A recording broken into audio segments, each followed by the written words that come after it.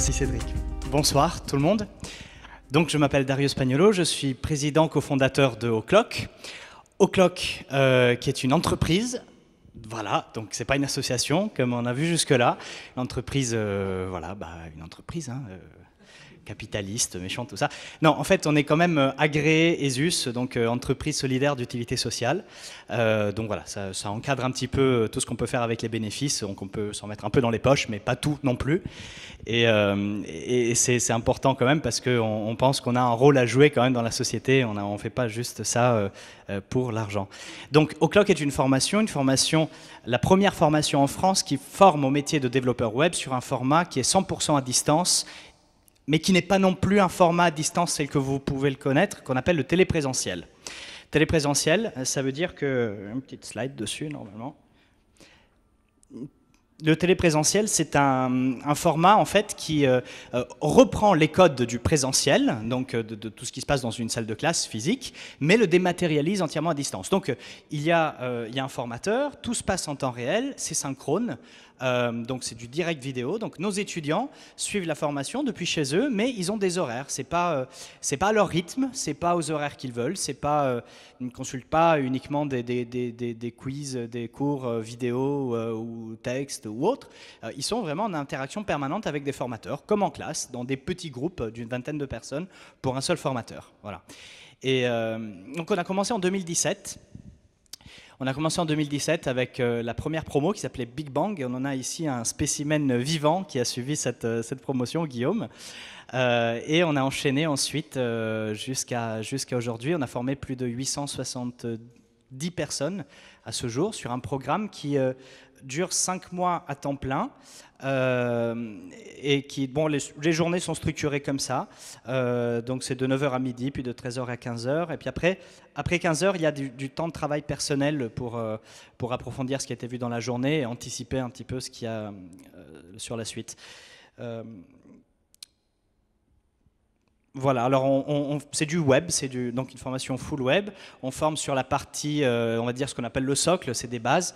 Donc voilà, les langages principaux du développement web. Et ensuite, donc ça c'est pendant les 3 premiers mois, HTML, CSS, JavaScript, PHP et MySQL. Et ensuite, sur le 4e mois de formation, nos étudiants choisissent librement s'ils veulent se spécialiser sur Symfony, React ou WordPress. C'est pas les 3, c'est 1 mois de spécialisation sur l'un des 3.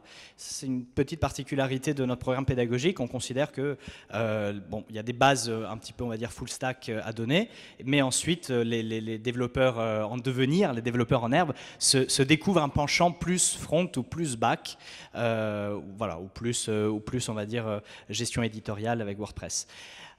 Et ensuite, le 5e et dernier mois de formation, c'est la réalisation d'un projet en équipe. Donc ça peut être quelque chose qui nous rapproche, parce que tous nos étudiants, donc, sur le 5e mois, réalisent un projet en équipe de 3 à 5 personnes. Alors c'est juste 1 mois, ça ne permet pas non plus de faire des miracles. C'est du web, de présentation, ça peut être des applications métiers, ça peut être des petits sites mobiles, voilà.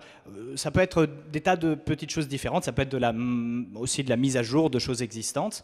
Et donc là, ça peut être intéressant si vous avez des besoins de se mettre en relation et de voir s'il y a un match, un fit entre votre besoin et puis les objectifs pédagogiques, le temps disponible par les étudiants, etc. Qu'est-ce que j'ai d'autre? Ça, c'est pas intéressant.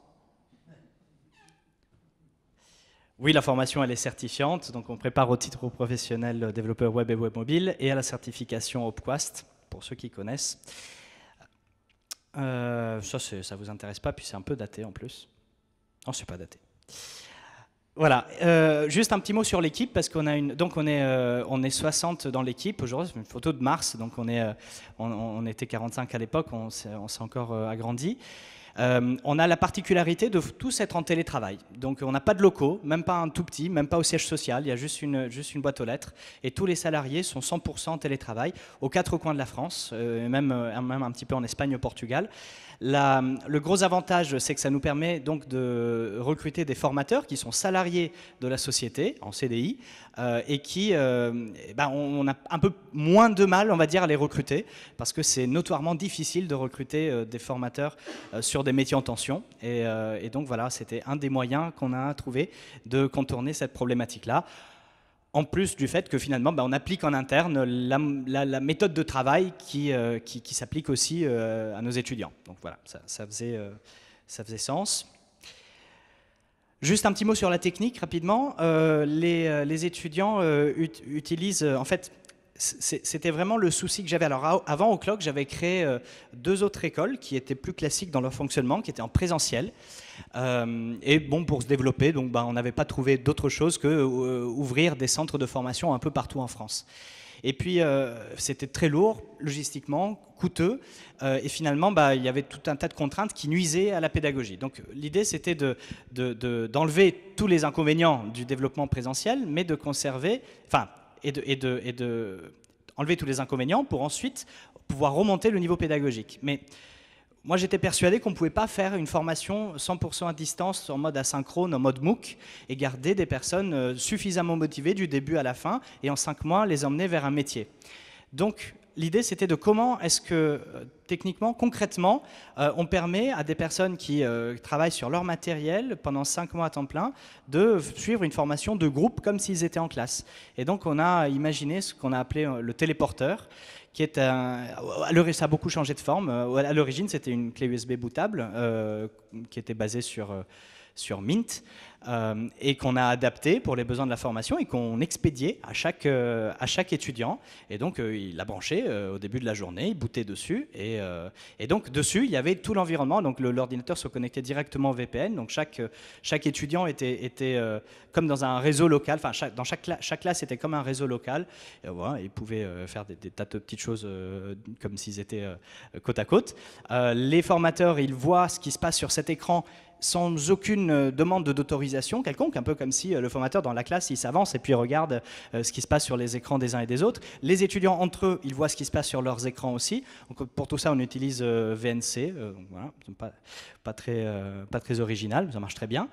Et voilà, bon, maintenant c'est plus sur une clé USB, maintenant c'est une machine virtuelle qui est installée localement sur les ordinateurs des étudiants avec VirtualBox, et on prépare la V3, la 3e évolution, où la machine virtuelle en fait elle sera dans le cloud. Voilà.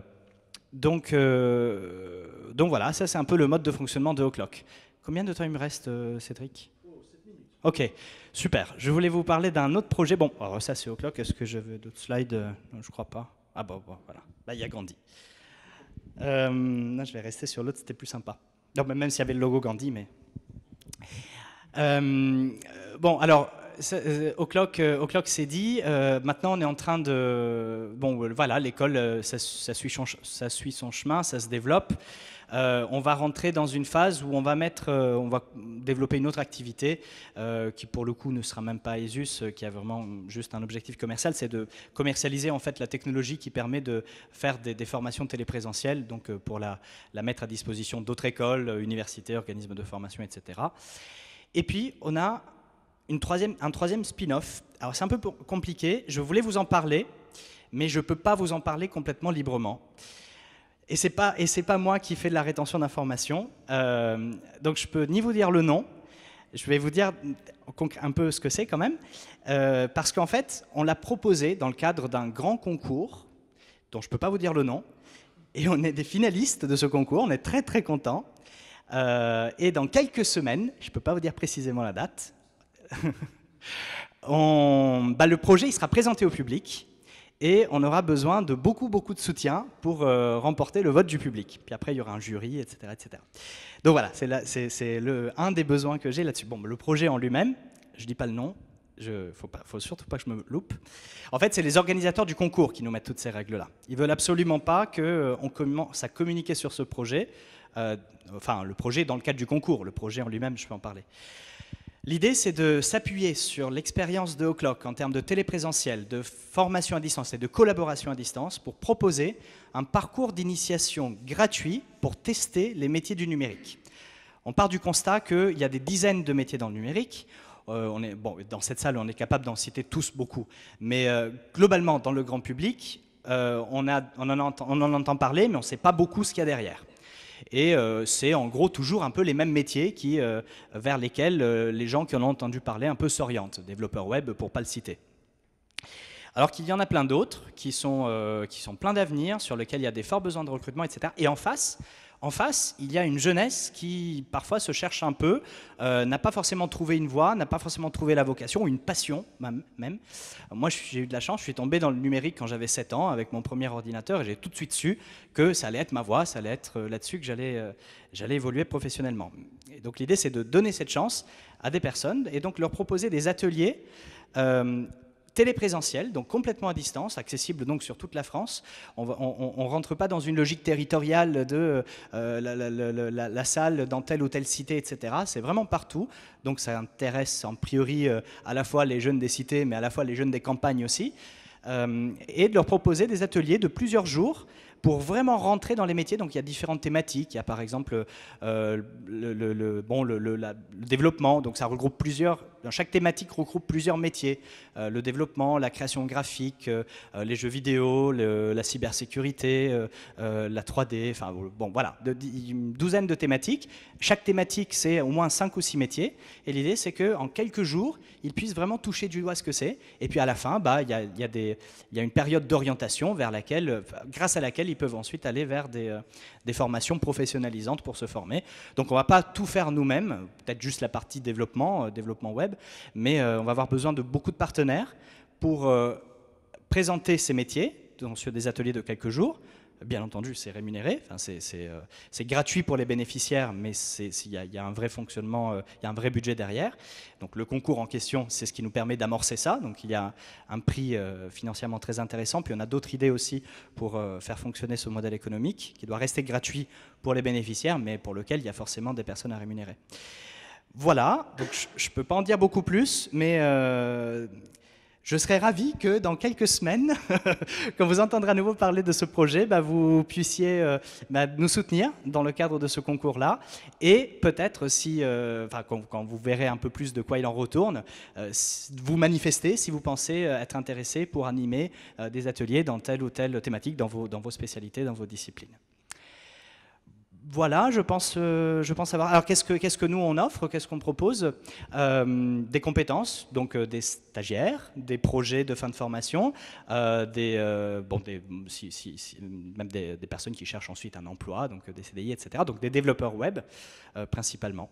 Ça, c'est pour la partie O'Clock. Et puis sur l'autre projet, ce qu'on offre, pour l'instant, pas grand-chose, puisqu'on démarre tout juste. Voilà. Merci beaucoup pour votre attention.